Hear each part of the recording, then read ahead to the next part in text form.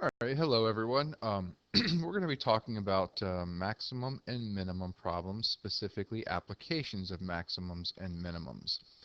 Um, Strategies for solving max and min problems. The first step, and I cannot emphasize this part right here enough, read. Read, read, read, read, read. Read the problem carefully, and if you don't understand it, reread it. I cannot tell you how many times I have had to spend multiple times reading the problem before I can actually start to figure out what it is that's asking. Sometimes that is the hardest part. So please read the problem. Don't just read it once and think, oh, I don't know what they're talking about, skip it, move on. Read the problem, really try to make sense of it. If it's relevant, you can make a drawing. Sometimes it's applicable, sometimes it's not. Make a list of appropriate variables and constants, noting what things vary and what things don't vary or stay fixed, and what units are used, if there are units involved. Label the measurements on your drawing if one exists. The third thing would be to translate the problem into an equation involving whatever the quantity is that you're trying to max or minimize, and try to represent that quantity in terms of the variables that you used in step 2. And then if possible, and this is what the main goal is, try to get all of the expression for Q into one variable. It's going to make it so much easier to find the max and mins because we're going to have to take a derivative, and if you can do it all in one variable, it's so much easier to deal with.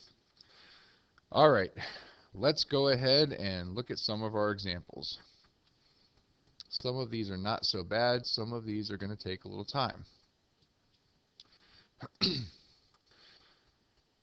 So it says in number 2 here, all of the numbers whose sum is 50, find the two that have the maximum product, meaning that we want to find the two numbers x and y that have the maximum product, xy. But the constraint is all of the numbers whose sum is 50. That's where the x plus y equals 50 comes from. The two numbers x and y have to add up to 50, and the maximum product is what we're looking for if we multiply x times y. So we have what we're trying to maximize. They gave that to us. We are trying to maximize q, which is x times y. They also gave us this constraint that told us that x plus y has to add up to 50. That's where the sum part comes from.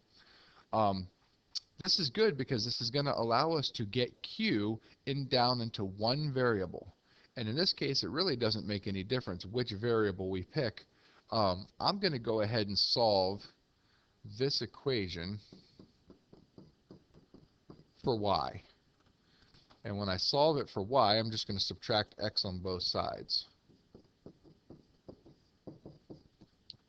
So what that allows me to do is take all of this, which is the same as y, and substitute it in for that y. And then I can get q into one variable. So q is going to be x times, now I'm going to substitute 50 minus x in for y. And now I have q represented as one variable. So let's go ahead and simplify that.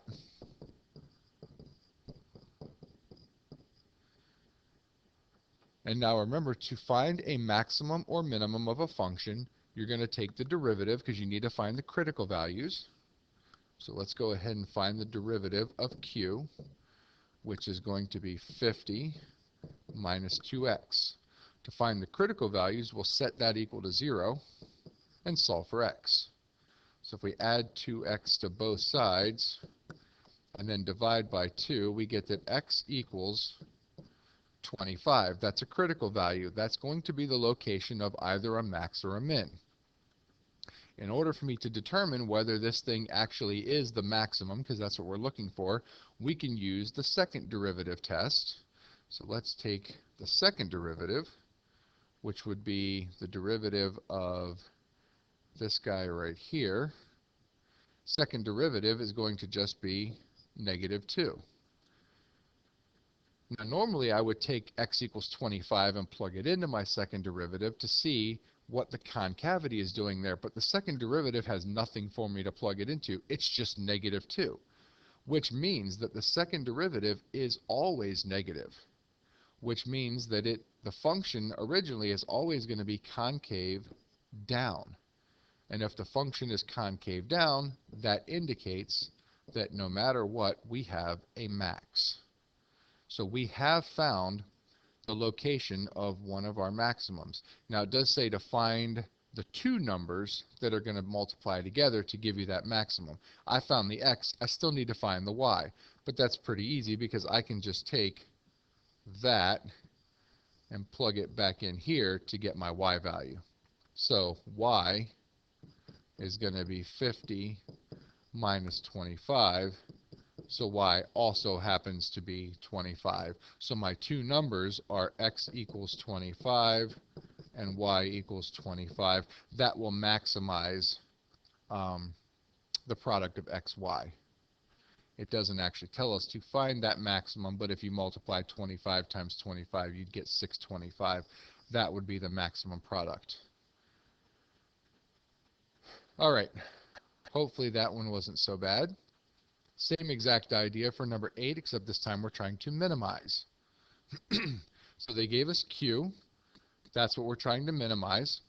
Q is in terms of both x's and y's, but again, they gave us a constraint that x plus y equals 5. Again, it makes no difference which one of these variables I decide to solve for. Let's do it the other way this time. Let's go ahead and solve this for x instead of for y. It doesn't really matter. So if I solve this one for x, that'll be 5 minus y. I'm going to go ahead and substitute the 5 minus y in here for x. Excuse me. So our new q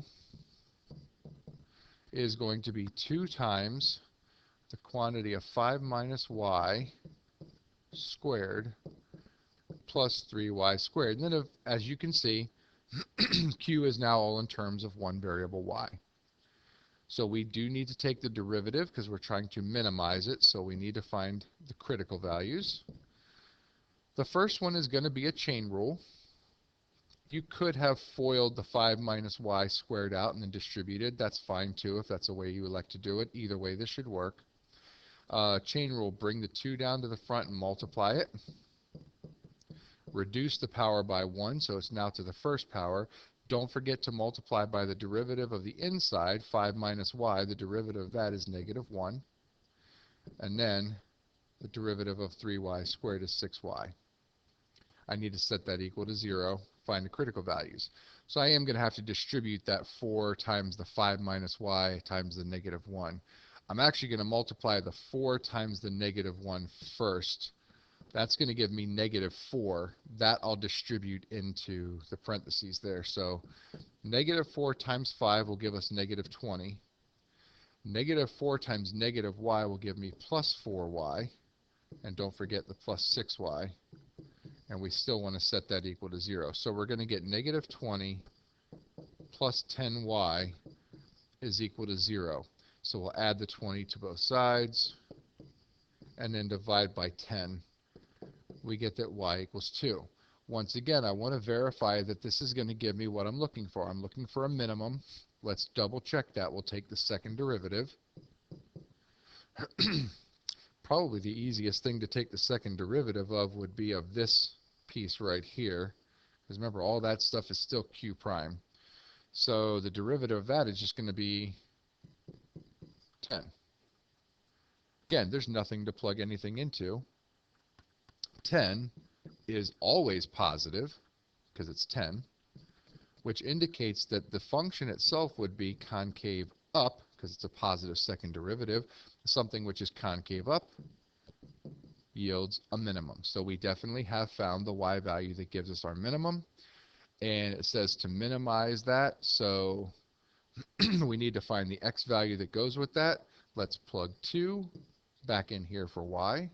So we get that x is 5 minus 2, or that x is 3.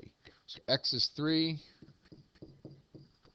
y is 2, minimizes that quantity q.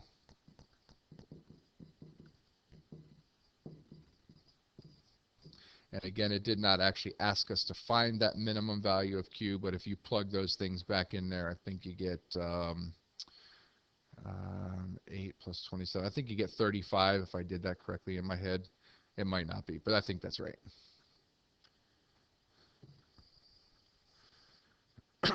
All right.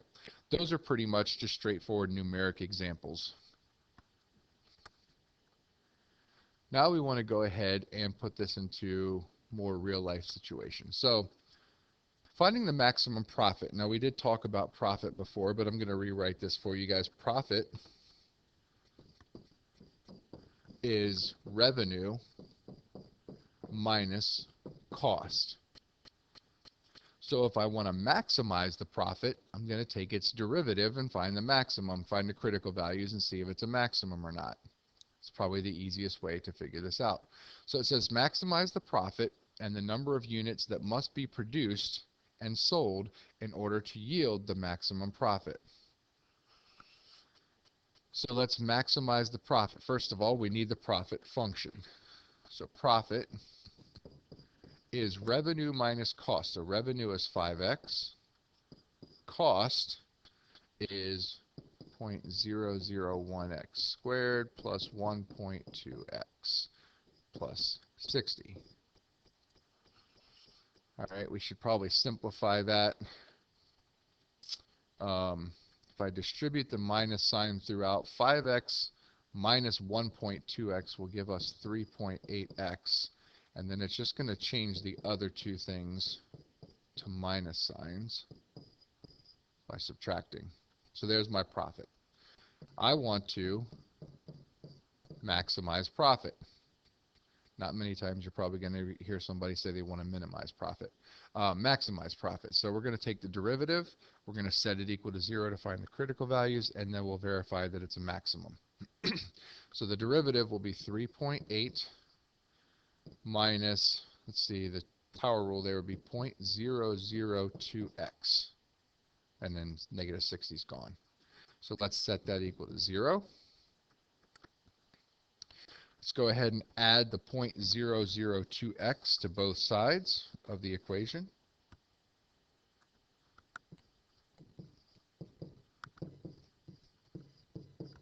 And then we'll divide both sides by 0.002.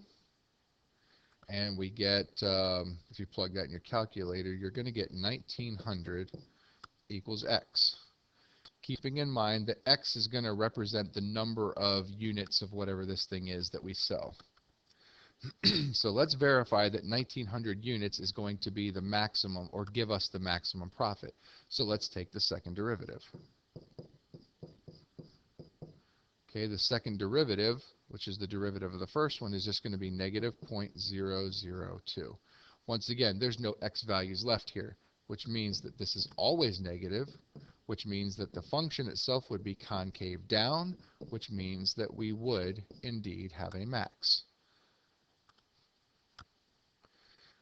So it does say find the maximum profit. So we actually want to find the maximum profit. Well, the maximum profit will occur when I have 1900 units, but we actually want to find the profit. So the profit itself at 1900 units, let's go with this one right here. It's the easier one to plug it into. Is 3.8 times 1900 minus 0.001 times 1900 squared minus 60. And after you plug all that stuff into your calculator, you should end up with $3,550. So the maximum profit is $3,550 when we have 1900 units produced.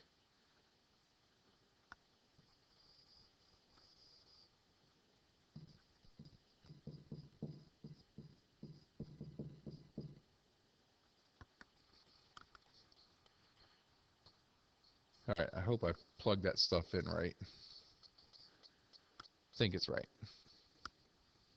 All right, only two more to go. The last one's a little bit more challenging. This one won't be terrible. So it says Rags Limited, which is a clothing firm, determines that in order to sell X suits, the price per suit has to be given as this. So this right here is a price function. That's the price. It also determines that the total cost of producing X suits is given by the C of X function, which is given there. First thing we want to do in part A is find the total revenue. Well, the total revenue is the amount of money that we make. It's the amount of money that we take in. They've told us the price per suit, but in order to figure out how much money we make, we have to know how many suits we're going to sell. Because let's say the price is, $10 per suit. That's really cheap, but let's say it's $10 per suit, and I sell 4 suits. Well, 10 times 4 would give us $40 of profit, or revenue, excuse me. Give us $40 of revenue. So really what you have to do, the revenue is the price times the number of units. Well, in our case, the number of units, or the number of suits sold, is X. The price is given by 150 minus 0.5x. So our revenue function is going to be X times the price, which was 150 minus 0.5x. And then we can simplify that by distributing to 150x minus 0.5x squared. That's my revenue. So that is part A. Part B wants us to find the profit. Profit is revenue minus cost. So in this case, our profit function is going to be the revenue function we just found, 150x minus 0.5x squared, minus the cost function that was given to us, 4,000 minus 0.25x squared. That's our profit function. Part C wants to know how many suits must the company produce in order to maximize our profit. So we are going to try to maximize the profit. In order to do that, we'll have to take a derivative. So let's simplify our profit function before we do that. Let's see. I've got a 150x. There's no other x terms, so 150x is 150x. I've got minus 0.5x squared, and then, oops, I wrote our profit wrong because I wrote the cost incorrect. That should be plus. Yeah, that looks right. Okay.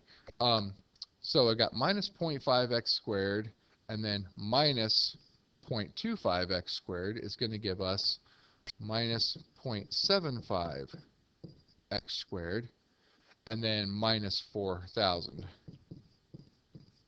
So that's a simplified version of our profit. So now we can take, for part C, we want to maximize it. So let's go ahead and take the derivative.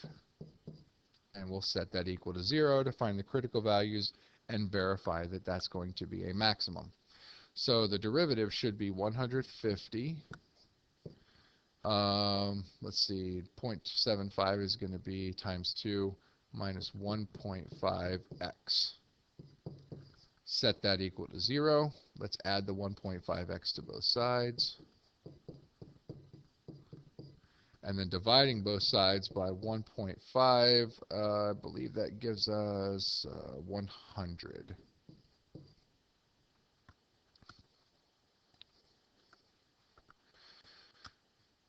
All right, so let's verify. Let's take the second derivative. The second derivative of my profit function will be negative 1.5. Again, nothing to plug anything into. That's always negative, which means it's concave down, which means it will produce a maximum.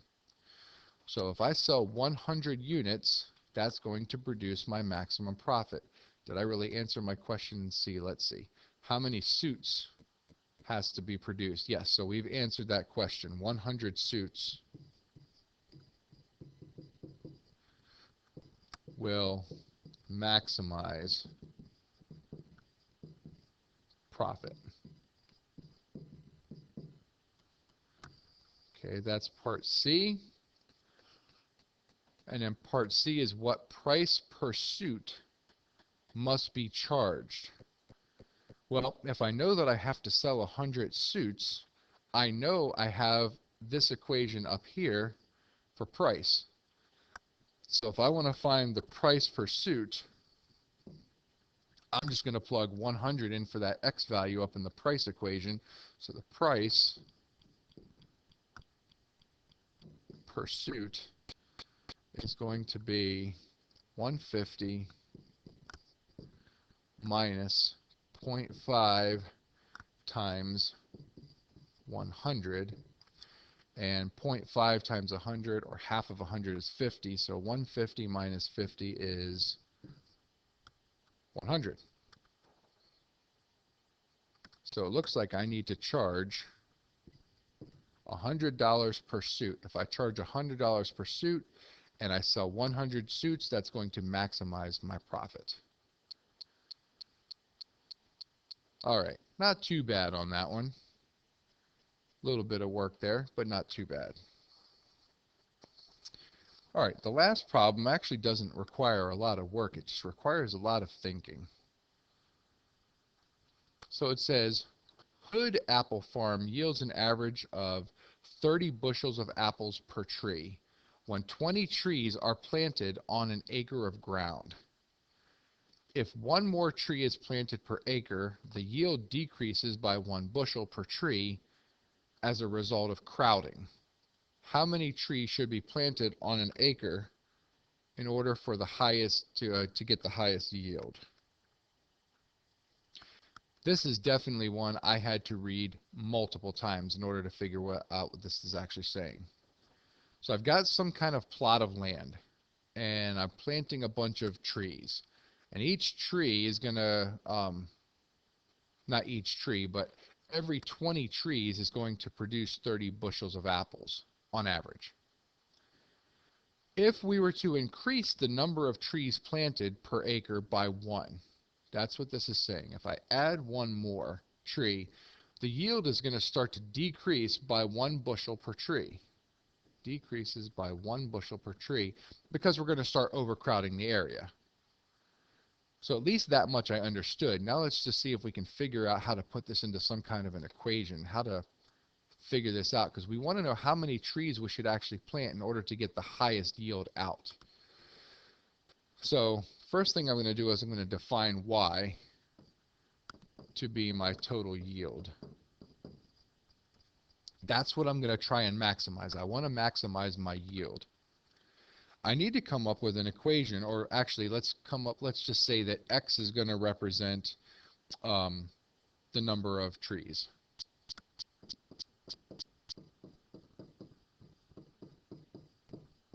So we're defining our variables here because this one's a little bit more challenging. If I were to plant 1 more tree, so let's see, I've already planted 20 according to this, so 20 trees is the average. So that's what I'm going to start with. I've already planted 20 trees, so if I increase my number of trees by 1, the number of bushels of apples is going to decrease by 1. So let's see if I can make sense of that. If we increase the number of trees by 1, well, if I start with 20 and I start to increase the number of trees by 1, I'm just going to add X to this because I'm going to increase by 1 tree. So, for example, if I start with 20 trees and I put a 1 in for X, it's the number of trees. I guess we should say it's the number of trees more than 20. Number of additional trees, let's say that.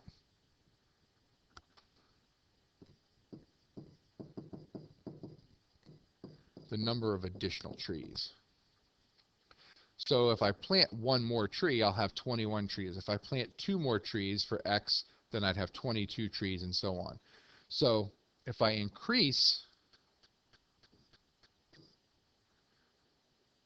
the number of trees by 1, the number of bushels of apples is going to go down by 1. Well, I started with 30 bushels, but if I increase the number of trees by 1, it's going to decrease my number of bushels by 1.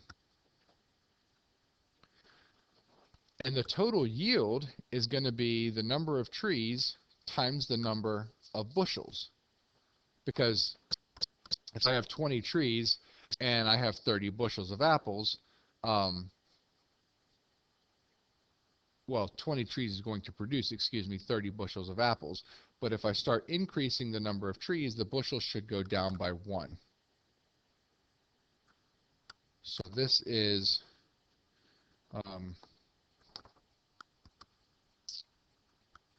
the number of apple bushels. And the first part is the number of trees planted.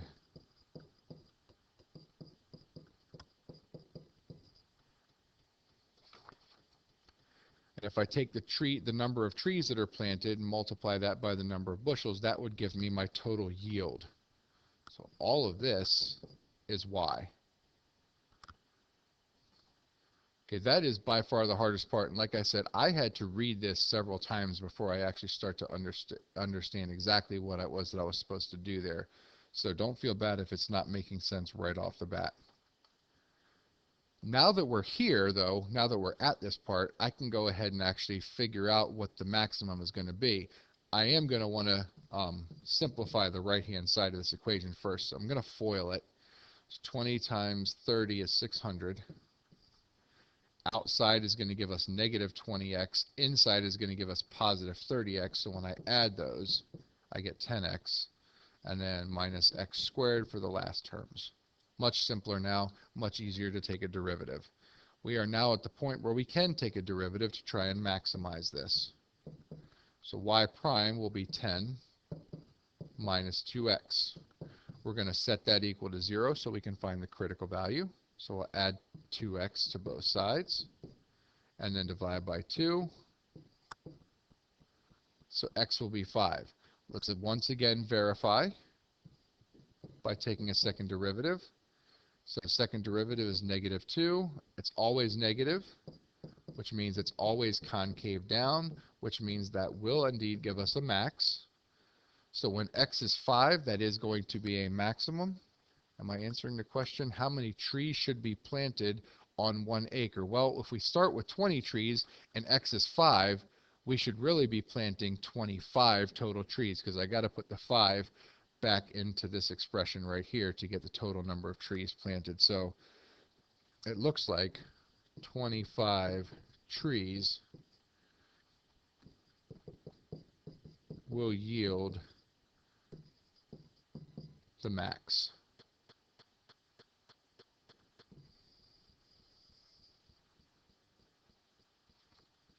And I think that's going to end up being like 625 bushels or something like that, or whatever that comes out to. 625 is the total yield for apples, I guess. All right, hopefully most of that made sense to you guys. That should be everything that you guys need for that section. So good luck.